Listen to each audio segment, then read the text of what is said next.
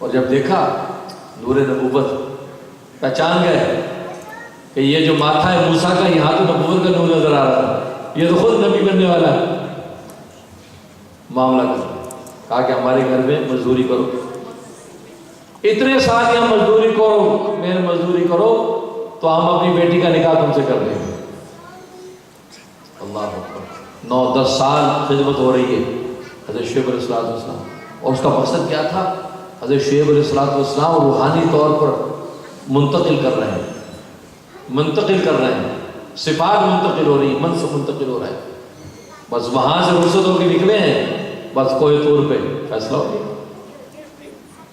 تو فرمایا کہ یہ دعا میں مانگتا ہوں، ربی انی لما انزلت الیک من خیر فقیر۔ پلے باندھ لو بھائی اس بات، کبھی خدا سے کچھ مانگنا ہو رات کو اٹھ کے سجدے میں گر جاؤ، بس یہ مانگو کہ اللہ میں محتاج ہوں۔ دیکھو اللہ کیسا پورا کرتا ہے۔ آج ہمیں مانگنا نہیں آتا تو خیر، تو کہنے کا مقصد یہ ہے کہ دوستی ہو اللہ کے لیے۔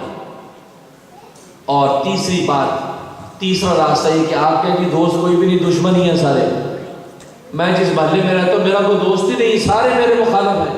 فرمایا کہ تیسرا راستہ کیا ہے اصلاح و تربیت کا؟ کہا کہ اس کو کہتے ہیں اتیاز بالغیر، دوستوں سے سیکھو، دشمنوں سے سیکھو۔ دشمنوں سے سیکھنے کا مطلب یہ ہے کہ دشمن تمہارے بارے میں جو کچھ بولتے ہیں اس پر غور کرو کہ یار دشمن میرے بارے میں یہ برائی کرتے ہیں، میری یہ برائی کرتے ہیں، یہ برائی کرتے ہیں، 5 برائیاں کرتے ہیں، 5 میں 3 تو یار میرے اندر ہیں، لہٰذا ان 3 کو درست کرو۔ اس لیے کہ دشمن جو ہے وہ چن کے تمہاری برائیاں بتائے گا، چن کے تمہاری برائیاں بتائے گا، تو آپ وہ برائیاں سن کے یہ نہ کرے گا چھوڑے جی یہ تو اپنے سے بکتے ہیں، نہیں، سوچو کہ یار بالکل ٹھیک کہتے، یار مجھ میں یہ برائی ہے، مجھے یہ دور کرنی چاہیے۔ اور میں کہ تیسرا راستہ تربیت کا یہ کہ آپ دشمنوں سے سیکھیں، دشمن سیکھیں، یہ دشمن کو دشمن سمجھ کے نہ پھینک دیں، اس سے بھی سیکھ لیں، اس سے بھی آپ کو فائدہ ہوگا۔ یہ تیسرا۔ اور چوتھا راستہ یہ، آپ کہیں کہ ہم جہاں رہتے وہاں نہ دوست ہے نہ دشمن، نہ کوئی اللہ والا ہے نہ کوئی دوست ہے نہ کوئی دشمن ہے، ہم تو اکیلے بیٹھے ہیں، ہے ہی نہیں یہاں پہ کوئی۔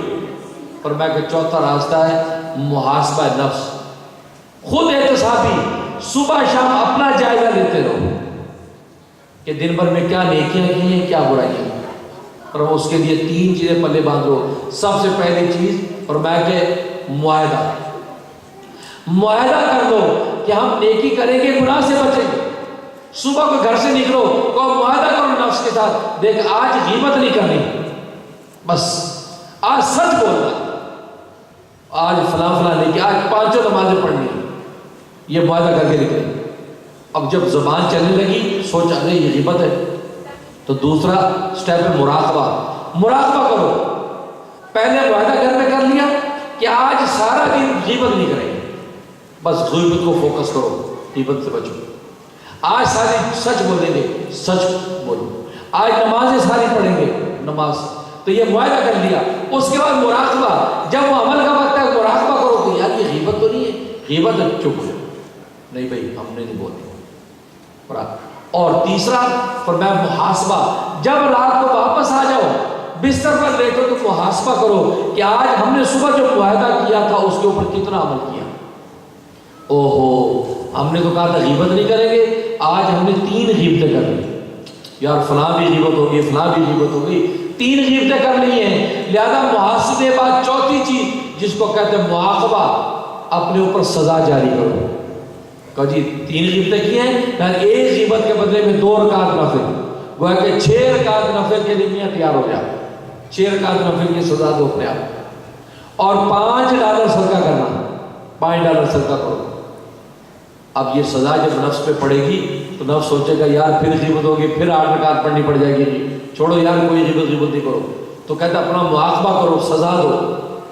اور فرمایا کہ اگر کوئی گناہ نہیں کیا، سب نیکیاں کیے، معاہدے پر عمل ہو گیا تو سجدہ شکر بجا لو، یا اللہ تیرا شکر ہے معاہدے پر پورا عمل ہو گیا۔ فرمایا کہ یہ سے مومن بنتا ہے، نیک کی صحبت، مواخات فی اللہ، اتحاد بالغیر، اور محاسبہ نفس، خود احتسابی۔ آج ہم اپنے جسم کا احتساب ڈاکٹروں کے پاس جا کے کرتے رہتے، ڈاکٹر صاحب ذرا چیک کرو، ڈاکٹر چیک کر کے بتاتا ہے۔